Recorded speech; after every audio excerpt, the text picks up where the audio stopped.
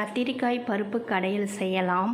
குக்கரில் அரை மணி நேரத்துக்கு முன்னால் கழுவி ஊற வச்சிருக்கிற துவரம்பருப்பு 1 கப்பு, கத்திரிக்காய் 2 கப்பு, வெங்காயம் 2, தக்காளி 3, பச்சை மிளகாய் 8, 2 கப்பு தண்ணி, ஆயில் 1 டீஸ்பூன், மஞ்சள் தூள், பெருங்காயத்தூள் 1/4 டீஸ்பூன், வெங்காயத்தூள், கல்லுப்பு. 3 விசில் வர வரைக்கும் வெயிட் பண்ணலாம். பிரித்து கடைஞ்சிடலாம்.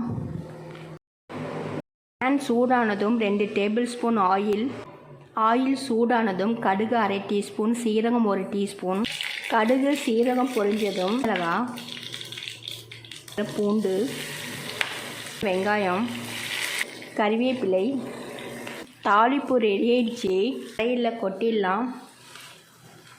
கத்திரிக்காய் பருப்பு கடையல் ரெடி ஆயிடுச்சு. போல் ட்ரை பண்ணி பாருங்கள். தேங்க்யூ.